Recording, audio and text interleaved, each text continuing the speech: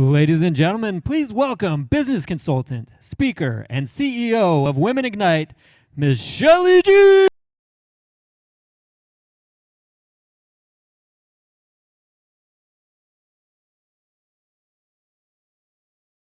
Thanks for that song. I'm so glad I'm on fire. I was buried in snow a minute ago, so I'll take the on fire part.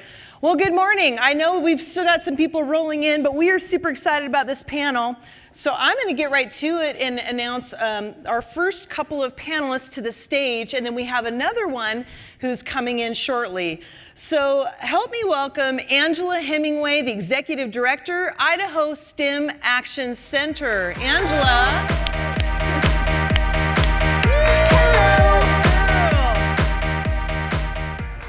I love it. Jaimee Martinez, the Director of Quality and Cost Structure, HP Services, and Head of Marketing for Women Innovators. Welcome, Jaimee. Let's get it started. Let's get it started in here. Let's get it started.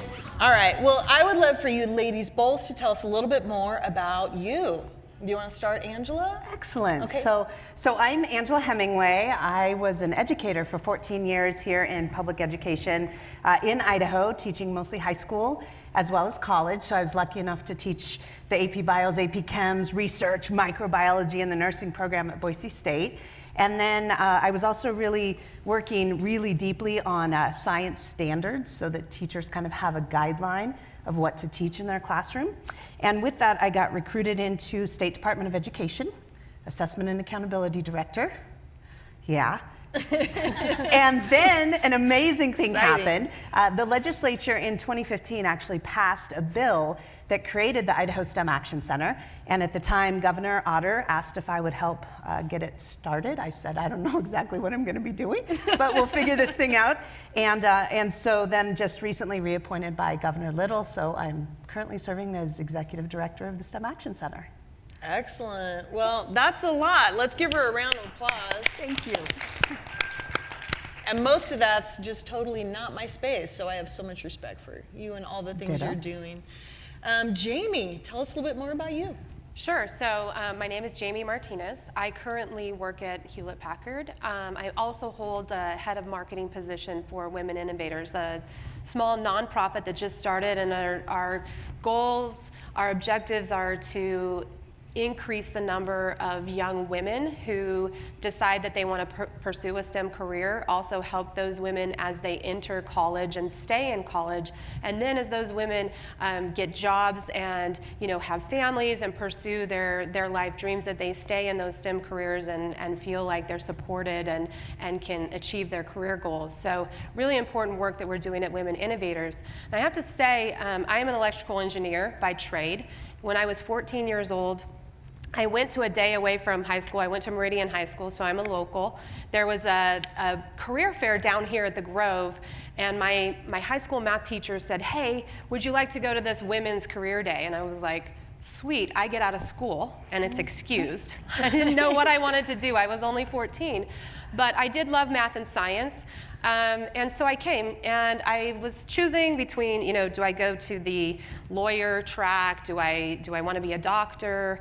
There was lots of different careers that I could go choose and sit in and listen to. And there was engineering, and I just thought, what in the heck is engineering? I mean, you have to remember this is before the smartphone.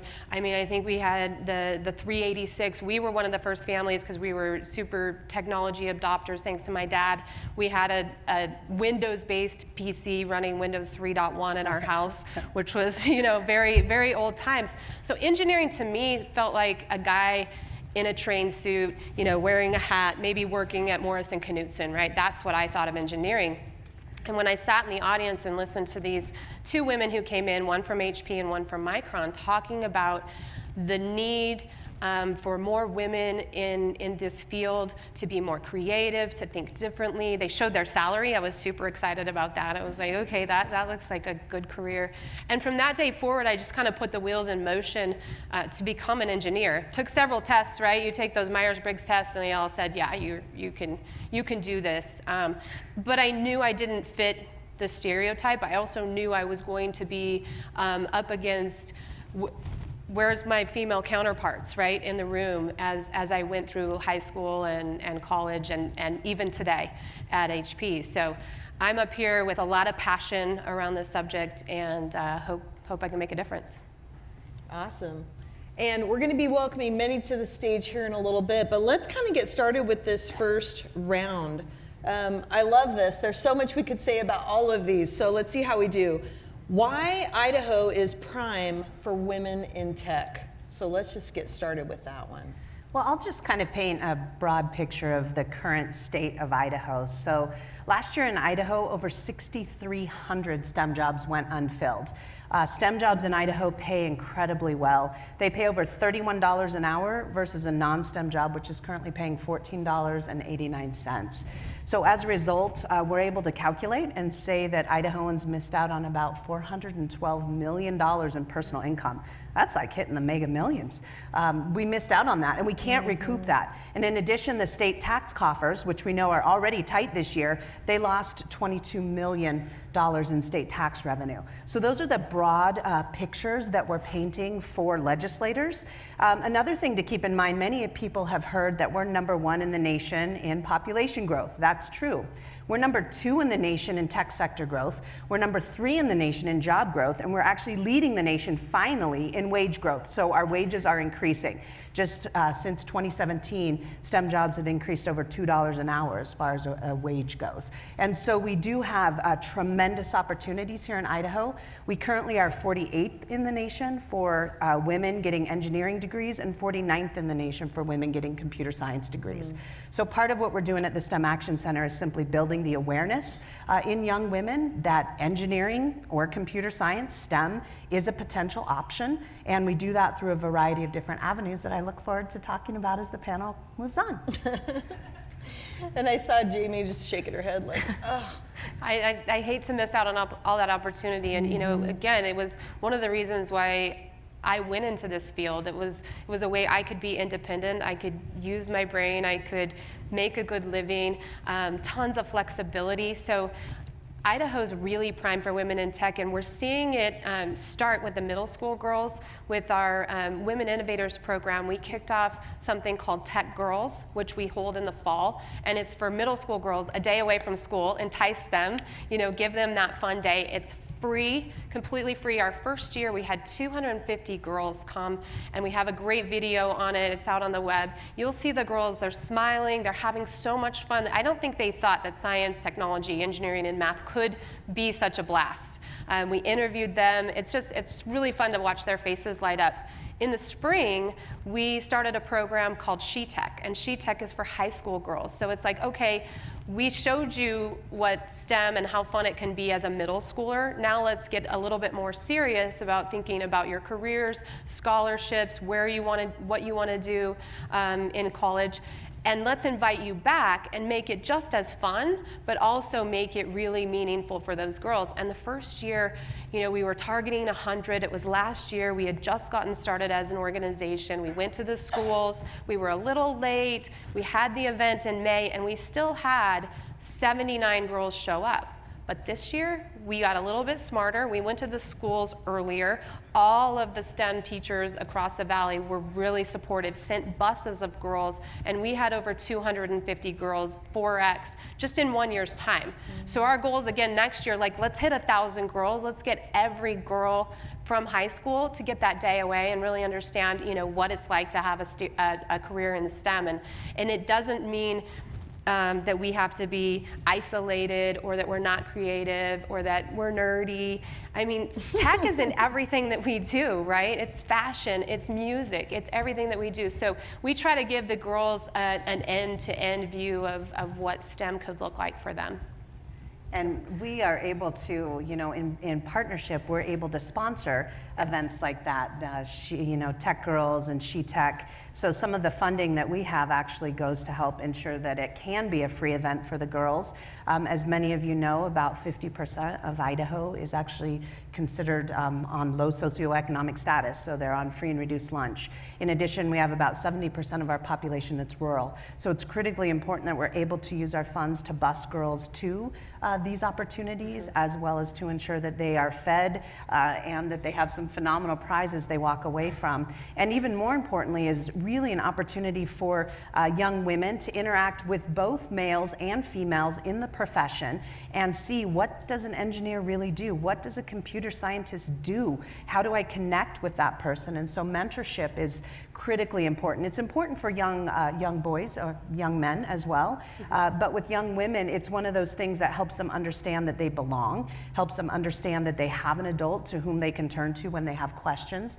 Microsoft last year in February of 2018 put out a really cool study about girls in STEM, and it showed that by having the influence of a teacher and a parent, regardless of gender, it helps make young women more likely to pursue tech, to pursue STEM, to go into computer science. So it's a really robust article that talks a lot about the influences on young women, be it middle school or high school, and the study even goes down as young as elementary school to talk about what young women need in order to kind of stay in these pathways that have traditionally been kind of more young men have traditionally moved into those pathways. Well, and even as young girls, they need to see that, right? That's why things like the Women Innovators are so important. They need to see us doing it, talking about it, making it fun, making it sexy. You guys both, right? You're these beautiful, powerful women, and you're making it cool and not just nerdy, although nerdy isn't bad either if that's your thing, right? But it doesn't look like that stereotype that, male or nerdy or, certain whatever. I think it looks like whatever you want to make it look like, and Right. that's what we want to show at these days. And Angela brought up a really good point. We couldn't do what we did with Tech Girls and with She Tech without sponsors like the STEM Action Center and Micron and HP and In Time Tech and T-Sheets. And they're clamoring to do this because they see it in their businesses as well, that, hey, when we have diversity in our workforce and intermix male and females working together, we get better results, better business results, and it's proven. And so they have been so responsive to this effort, and we're just growing it like crazy. So there's definitely a demand, and there's interest from these young girls saying, hey, show me what a career in STEM looks like, and we have the support, luckily, to make that happen for them and show them a great day. You'll see some pictures as they flash by up here of some of the event, and you'll see what we're talking about. And I would just, to echo that is, not every industry is in a position to potentially provide funding to these events. Certainly at the STEM Action Center, our program costs about $14.37 on average. So this isn't a huge ask when we speak with donors or potential industry sponsors. We let them know that a program, you can sponsor a young girl for as much as $14.37 per activity. But with that, if a company isn't in a position to provide funding, there are many opportunities where time and talent is just as valuable. Everything from serving, as one of these single-day mentors in some of these fabulous opportunities like She Tech and Tech Girls. We also have coming up soon, we need some judges that can help us with Science and Engineering Fair. We've got robotics competitions that we also could use some support from industry to go in and talk with the students and essentially judge them on how their product turned out. And so there are plenty of other opportunities that we just ask. If you've got some time and talent, more and more companies are allowing people to take even sometimes a day off to come and participate in some of these activities. So we would love to connect with you however makes sense within your business. Excellent. Well, Mindy is still maybe gonna join us because I know she has some nuggets there that we want to hear from her too. So we'll circle back a little bit on that one. Let's talk a little bit about this rebranding initiative.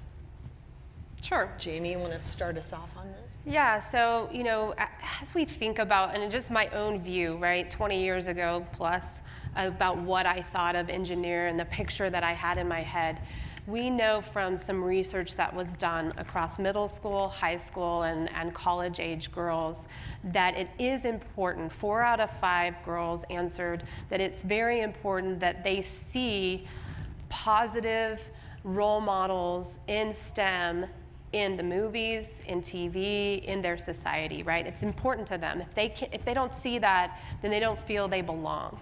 And so right now, men outnumber women 2 to 1 in movies and TV and anything out in the media as far as portraying STEM careers. And that's something that we definitely can have an impact on. I mean, we're not necessarily gonna, you know, maybe there's people in the room that are movie producers or that have a line into that. But if you think about shows like CSI, there's something called the CSI effect. It aired for the first time in the year 2000. Over the next 5 years, toys, movies, video games, all of that was created, but what really happened was that enrollment in forensic science increased 2x because of the CSI effect. Women and men were both shown to be very successful, powerful, changing the world, and so it was something that, people didn't realize was happening until about 2005 when all these enrollees were coming into the colleges saying, I want to study forensic science, right? So I think there's things we can do to rebrand STEM, engineering, technology, math as, it's not just geeky. It's not just isolated. In fact, what's really important to many women is that they are able to work in teams, that they're able to contribute to society. So they don't want to sit in a cube and be isolated. That's what they think. And so we need to be able to change that perception, because that's not what I do all day. I can tell you that. Really early on, I realized, hey, it's okay if you want to be an engineer and sit in your cube and that's what you want to do for the rest of your life, but that wasn't me. That wasn't what I wanted to do. Engineering was a stepping stone into a technology company so I could help run one of HP's businesses. And there's really great pathways into other career types, other organizations besides just engineering, but giving you that background. In being able to understand the technology that your company is producing is super critical. And so I think we should spend some time thinking about how we portray STEM, how we talk about it, and really become the positive role models for girls, because it's important to them to see that they fit in. And so a couple of programs that we're working with engineers and others to really help educators, teachers in the classroom, as well as communities such as parents, understand what engineering is. We actually just launched a teacher externship. So the goal is to put teachers into industry for 5 weeks in the summer, make sure they get paid a fair wage, and make sure they're doing a real job. Because as a former teacher, when I was in the classroom my last year, 5 years ago, I had 208 students I saw every day. So if industry wants to bolster their pipeline and get these students prepared, educators are really the place to start, because we do see a lot of students every day. So super excited about this externship program that we just launched in conjunction with Workforce Development Council to really help teachers get experience in the workforce, because 90% of all educators, we came out at 22 and we started teaching. We have never worked a day in our life in private industry. My job is to teach. And so I don't always have a sense of what they do at Micron or T-Sheets or HP. I can read online what an engineer does, but it doesn't always give me a sense of what they actually do. Mm-hmm. And so we've got 10 teachers that'll be starting through that particular program soon, and we'll be collecting some data behind that to see what the outcomes are and if we can help educators really understand what does industry need? What is driving them? What are some of the technical skills? We understand what these 21st century skills are that industry is saying they're needing, and we firmly believe STEM teaches those skills: critical creative thinking, collaboration, how to work well and communicate with others. So even if a student chooses not to go into a STEM field and get paid half the money, they can still have plenty of skills that are transferable to other jobs. And so, that's kind of the message that we're marketing to young men and young women, that there are many opportunities out there. And in fact, we host, there were 145 communities last year that hosted family STEM events, where local educators, libraries, and industries would come together. Maybe it was at the school or the local library or even just a parking lot, and they would have all these hands-on STEM activities that would be occurring, many of those led by local industries. The local beekeeper, the local farmer, mining companies got involved in that. Even the local local grocer, and banks would show up. So would medical. We've got certainly a need for nurses. That's another big area that we have a shortage. And they would all gather around, and the community would come and celebrate for a couple hours and really learn about STEM. And as a result, students would leave there, and student surveys, we have thousands of students, they would have a 36% increase in awareness of STEM careers in their own backyards just by going to one of these community STEM events. We help provide a community $1,000, and from that they are able to feed the families and bring all these amazing people together locally to show kind of what's going on in their communities in STEM right in their own cities or towns. I think this is really important. So when you talk about women innovators, or this externship, is that what you called it? Externship. Or these community events where it's hands-on, it's experiential. So that starts to really change education and awareness, because we can read all the blogs or articles we want. And some of them are going to be true, and some of them are going to be somebody's opinion. God only knows, right? So I love how important this is, and letting these girls see, right, this modeled to them. And you know, women right now, last year, 52% of all the graduates were females with bachelor's degrees, but yet, as was mentioned before, they're still only entering STEM fields. They make up about 24% within the STEM fields. So, and a lot of it, you know, when you talk with these young girls, they just don't know. They don't know their options. And so how can we help show them that here's your menu of choices, and absolutely, if you don't choose to go into engineering or computer science, that's fine, but at least make that a conscious choice, not one that you later say, wow, I didn't know that was an option for me. Mm-hmm. What is our biggest obstacle with that? I mean, we've covered some of it, but just, you know, what are some of our obstacles where it's like, if we could do this, they would get it? I think one of the things, and it's not really an obstacle, but I think, you know, as Angela mentioned, when we do these events like Tech Girls and She Tech, we have so many male volunteers coming to the table, and so it's important when the girls show up that they're like, yeah, I'm at a girls event, I'm at a women's event, but I also see that you know, we're not making this a gender divide, that we want to really come together as a society and as a team to make this visible to these young girls. And so it starts with the dads in this room, or the uncles, or the brothers, really encouraging all the girls and women in their life that, hey, you can do this. You know, you may not be seeing it yet on TV, you may not see somebody just like you, but it really starts those conversations at the home and the restaurant and the dinner table, having those conversations, cheering them on, you know, making it okay to go there.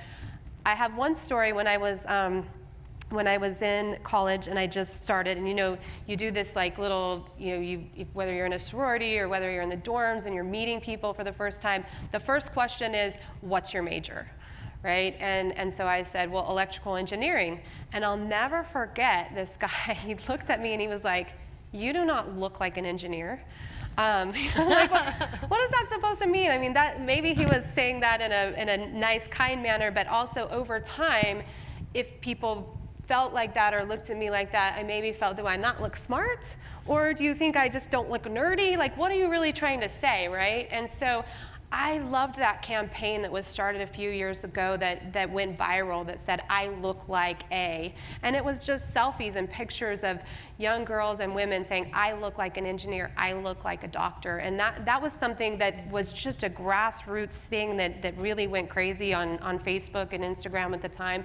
Those are some of the things that we can do to overcome the barriers of visibility, of immediately seeing like a CSI figure on TV in engineering or in STEM, science and whatnot. And you don't have to wear a lab coat, right, to be in a STEM field. So I think there's many things that everybody in this room can go out and do. Well, you might have noticed that we have our other panelist. Welcome to the stage, Mindy Ngo, the CMO of the LendingCoin. Thanks for making it. Was it a little crazy out there? It's insane out there. I know, I was here a lot later than I wanted to be too. So I want to circle back a little bit, because I know you had some thoughts about why Idaho is prime for women in tech. So let's circle back for a minute on that one and get your thoughts. Sure, absolutely. So coming from Silicon Valley, I rode the wave when before it hit that the housing market for example, in San Francisco, an average house is $1.3 million and $1.1 million in San Jose. And the places even I tried to avoid, Oakland, if anyone's up Go Raiders. it's still $800,000. And so in the meantime, over here, we're looking at a decent one for $236,000. So, however, when I was there, I rode the wave. I said, this is awesome. But when it got to a certain point, though, it just got ridiculous. So the housing crisis. When I sold my condo, for example, there was, does not intend to occupy. And so for me, it was like, these investors are coming in, making it worse, and the traffic was getting terrible, and so on. And so what that meant for me was that I saw the growth, and I saw the potential. And before I came here, I read an article that said Boise is actually #1 for under the radar tech hubs. And for me, it was like, how is that so? Well, the reason being, and why Idaho is prime, is because of the growth, the infrastructure that they had in place, the vision that was there. I mean, we're laughing at it now, but how traffic is so bad, but we still have 5 lanes. I mean, when Silicon Valley was developed, we didn't have that at all. It was more recent, and Idaho already had that. So they already had the vision. And especially having women in tech that already started, and then conferences like YCon and women engineers and whatnot, innovative groups. I mean, we Idahoans, we forecasted that, and I think seeing how the money is pouring outside of Silicon Valley and into other places, and we're ranked nationally everywhere for not only work-life balance, but as well as the infrastructure that has already been built to welcome the growth. And speaking of that growth, by 2024, it's projected that national growth in STEM, 8%, in Idaho, 26% growth. Wow. And that's why we absolutely have to have a workforce here. Otherwise, we're going to continue to be a flyover state and have businesses land in Utah or Seattle and not actually settle here. So I think our message, not only within Idaho, but outside of Idaho, is that we are serious about creating a homegrown workforce. And for those of you moving to Idaho, this education system is also serious about providing a high quality STEM education for your children. And so we're trying to kind of tackle it from both directions, to let businesses who are here know that we're working to get that workforce ready for you, and to let those know that are moving here that we do have a sound education system. Granted, we're not #1 in the nation on spending on education, but we are certainly shifting. In fact, the legislature just appropriated an additional 5th-year career ladder for teachers, so teacher pay continues to slide up for the 5th year in a row. So we're working on it. It's a slow process, but we are confident that we can get there. And we have fun in the Treasure Valley, right? A lot to do. We are cool, we are nice. Like whenever I hold events and out-of-towners come, they're like, this is amazing. I'm like, right? So I think we have a lot of amazingness. Mindy, too, I wanted to ask you about this rebranding initiative. That was the conversation that we were kind of in when you walked in. So speak to us a little bit about, your thoughts on that from industry. So let's start from the beginning.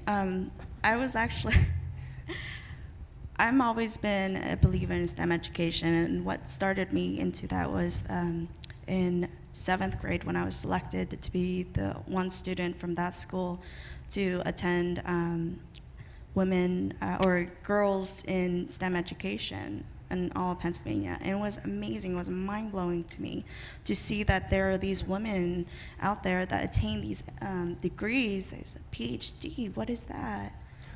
Being a 7th grader, you're always told to become a lawyer, a businessman, or a doctor. You don't hear other acronyms that stand for something else that make a huge impact as well. And so definitely starting young, and I love how there's She Tech and other initiatives that started from middle school, but I actually believe starting even younger than that in elementary school. So any brilliant people out there who want to volunteer and help this, that would be awesome. Reach out. Yes. You got one. You got one.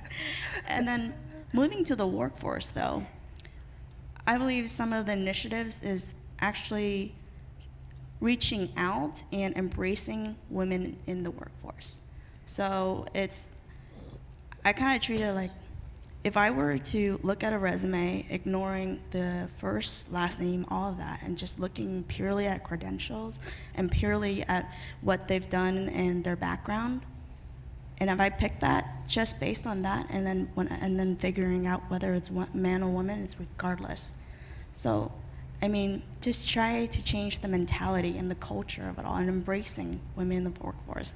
And another idea, for example, is if you're a business owner and you want to have more women apply, and provide incentives, for example, at the workforce to not only do yearly bonuses, but do quarterly bonuses. Cut that into pieces, so that way people, even women, are more motivated to work harder and say, hey, look, I will get the bonus, and it's not just purely one time, and they will feel more secure having that extra bonus for all the hard work they put in, so that way they can take that home and be an increase and supplement for that quarter, for example. And just the little stuff that would provide incentives for women to be in the workforce. Absolutely. Jaimee, any other thoughts? I was just going to comment on, there is a program that the Girl Scouts are running for grade school age girls, and that could always use more support, more volunteers. There were some pictures up here that you saw, even me there with my daughter, and just it was a great day. It was a great day to just build, get creative, have fun. They did stuff from everything from robot toothbrushes to geek jewelry, right? You can see the girls up there just having a blast, saying, yeah, I can be a scientist. I can be anything I want to be, right? So I agree, it does start super young, and that was kind of my call to action right before you came in, which was, it starts with your dad telling you you can be anything you want to do, and your mom supporting that as well, and showing them those positive role models, taking them to these days, taking time out of your day to get the kids there, and then volunteering your time. I think that's where I would say, and the younger we do it, the more that has an impact on their overall life and their decisions when they get to that point. And of course, STEM is not for everybody, for sure, but not knowing that that's an option is critical. It sounds like you and I have very similar paths, where when we were young, we were exposed to some day away from school, and all of a sudden we're like, yeah, that sounds great, right? Had we never had that day, I don't know, right? I don't know what I would have chosen. So.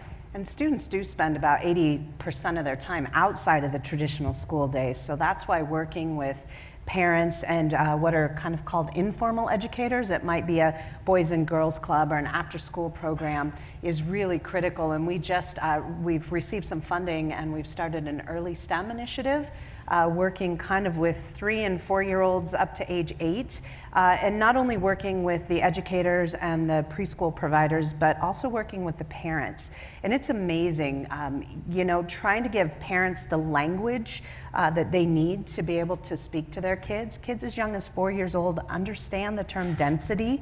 If they're throwing things in water and you're asking, is it going to sink or is it going to float? Oh, it sinks because it's more dense, or it's less dense, it floats. We actually have some videos of children that are running cars down ramps. Again, these are 4-year-olds. We're talking about elevation. What's going to happen if we elevate the ramp and it goes higher?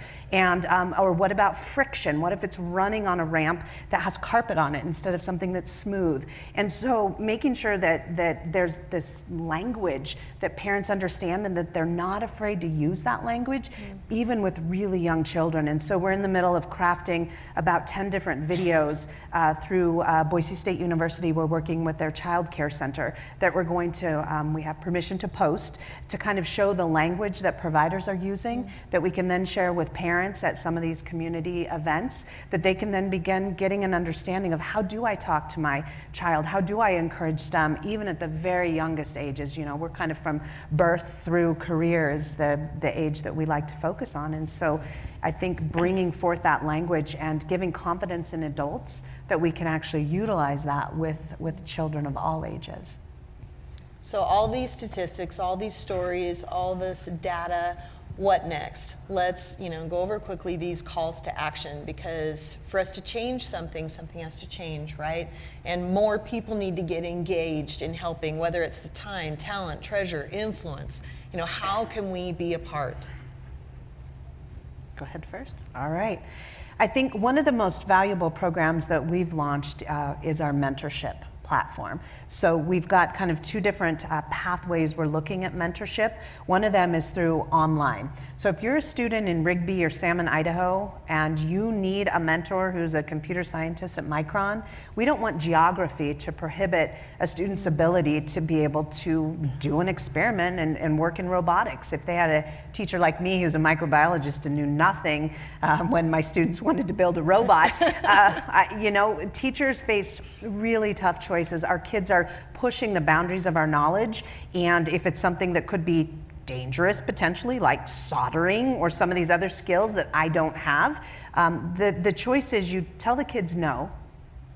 We can't do that here. Like, I don't have the skills to help you, or you try to find through your network a way that you can connect. So we've received a grant, we've created an online mentorship platform. The teacher and the students are working on a project. They're able to submit that project to a mentor who's been background checked. So if we ask you for your driver's license number, we just need to make sure you're safe. And then the connection can occur so that they can begin working in this virtual world. When those relationships are ready to turn into in-person, which a few of them have, we have a number of students working at some universities, still a challenge in rural Idaho.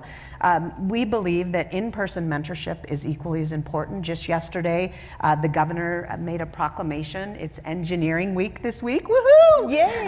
And so he proclaimed it to be Engineers Day. And so with that, we were able to partner with Micron and present some funding to Big Brothers Big Sisters, a phenomenal mentorship program, and they're starting what they call their STEM Bigs. So they will have women adults, they're looking for STEM Bigs that will be working with STEM Littles that are mostly young middle school girls. Sounds fun. Take them to Discovery Center, take them to the zoo, let them learn about your particular career, and really have another outlet beyond just their parents. Or a teacher like me who may know nothing about Bitcoin and engineering, but I'm a dang good teacher, and I can inspire them to go into these careers if I have some support from industry. So it really is going to require this collaboration and this bridge between industry and education, and we feel we offer a variety of on-ramps. Again, if you've got time and talent, we'll take it. If you've got treasure, talk to me. We've got a program, and if the program doesn't exist, we'll build it for you. We can customize programs as well. We've got virtual reality training that's coming on. We've got drone training. We have 3D printer training and any other type of training you could think of, computer science and coding. We really want to make sure that educators, teachers, as well as informal out-of-school educators have the training and tools they need to be able to successfully work with students who are then going to be flowing into these jobs, into our workforce, into our pipeline. So good. What about you, Jaimee? I have two, one wearing my Women Innovators hat and the other wearing my HP hat. So the first one on Women Innovators is simple. Go to www.women-innovators.org and volunteer, sign up, whether it's, whether you want to volunteer time or whether you have a donation because you think this is super important, you want to keep these tech girls and she techs. Our whole mission is to follow her through her entire journey, from the day she decides, I think I like this whole STEM stuff, to the day she retires saying, I feel like I had a successful career and was supported. So that's our goal, and I think we're very different from other organizations who tend to make a huge difference and focus just on one segment. We really want it to be about her entire journey.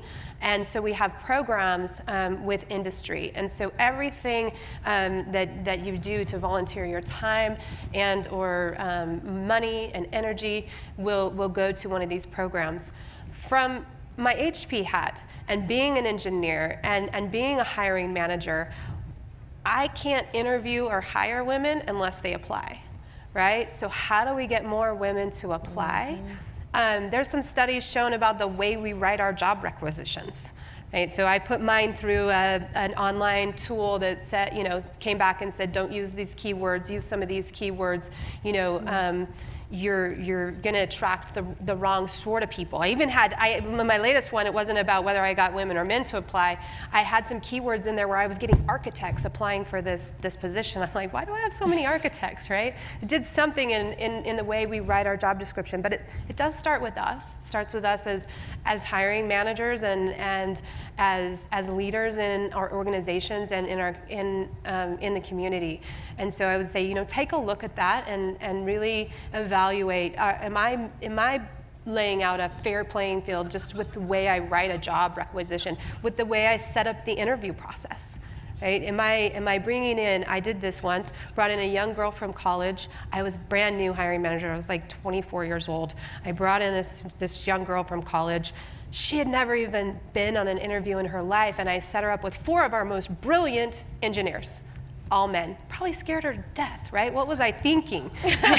They were like, she froze, she completely froze, she knew nothing. And I'm thinking, no, I interviewed her on campus, she was brilliant. Like, how come that didn't come through? And I really had to look at, what did I do wrong? I set up this interview process. She was interviewing with people that were older than her dad, right? And they were brilliant people. And so we ended up taking a look and revamping that interview process, and she started as an intern at HP, and that was great because I got something completely different than what they got, and it was just the way we set it up. So think about that. The other thing I would say, and the last call to action in industry, is once we have women, in their careers, we need to take a look at those leadership positions, a time when maybe a woman chooses to have children and they leave the workforce. Are we friendly? Is engineering friendly to having them return to the workforce? And as fast as things move, I was an ASIC designer. I can tell you, if I was out of the workforce for 3 years, I felt like I came back in. I'm like, what language are they even speaking? Like, everything has changed. And so do we have programs that allow women to take those breaks when they need to, even men too, and come back into engineering and technology and science because of the fast pace that it's changing?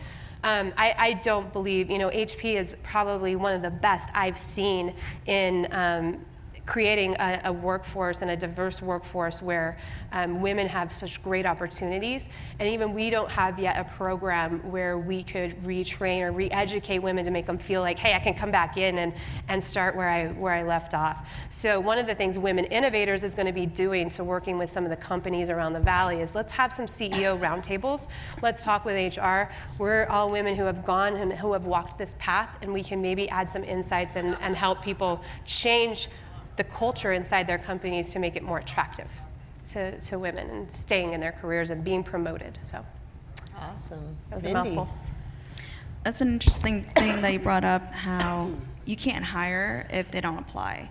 And I came across in the statistics that was pretty interesting, how 100% of the women in the application were confident they're going to get the job. Meanwhile, 60% of men were confident they're going to get the job, but nonetheless, they applied anyway. So what am I trying to say? Is be more proactive in what you're doing. I mean, when you're in a workforce, and this is for the younger generation, when you're in a workforce, it's not all that you know. It's who you know, as well as what are your endeavors in solving those problems. That's what they want to see. You're not going to break if there's pressure or any other circumstances that you can't control immediately, like Mother Nature. But my point is, be more proactive, and if you want something, seek it. And I say this to a lot of times to young entrepreneurs, especially women. There's only 2% women-led companies that actually are funded by venture capitalists. How did we change that? We changed that by simply going out and making it happen. Don't be shy. If you want a mentor, or if you want somebody to guide you through it, you seek that person. I mean, why is it that we are so timid and say, oh, you know what, I can try to figure it out, or there's so many other brilliant women out there or other people out there who are more than happy to help. So seek out for help whenever you need it. Seek out for those mentorships. Like, you know, Angela mentioned, I mean, there are so many programs, you just have to look for it. I think it takes a village, right? All of us speaking into the next generation, and whether they're your kids or your family's children, your nieces, your nephews, anybody's children, you know, that they can do what their strengths are driving them to do and what their desires are driving them to do, and build that confidence in these young girls. I think we only have like 1 minute if there's a burning question in the room, and then otherwise we can definitely take it to the vendor area and stay in the conversation. But does anybody have like a burning question of how they can donate or get involved or support women or girls in STEM? Yes. It's really a question. It's just, I don't know how I got asked about campaign. Yeah, what kind of a catchy campaign can we do and have it maybe not be about potatoes? I don't know, but what do you think, Angela?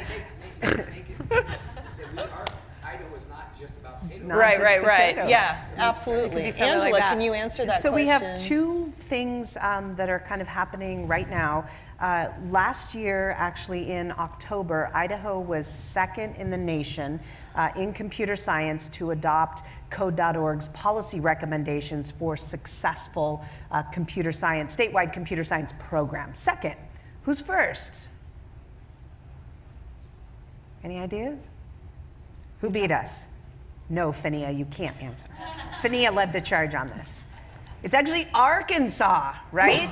Arkansas, of all places. So we have some really strong policies between the State Board of Education, State Department, and Governor's Office that have been put into place that are really kind of creating this tidal wave of opportunity. Second, Workforce Development Council, a council that works primarily helping to retrain and upskill adults. We work primarily with the education workforce. They work with the current workforce in industry. We've kind of collaboratively, under the leadership of the governor, launched a leader program called Learn, Do, Earn, and we are currently right now working to populate it to create kind of a single portal where people could be driven to resources. Maybe they're looking for jobs, maybe they're a parent looking for a scholarship.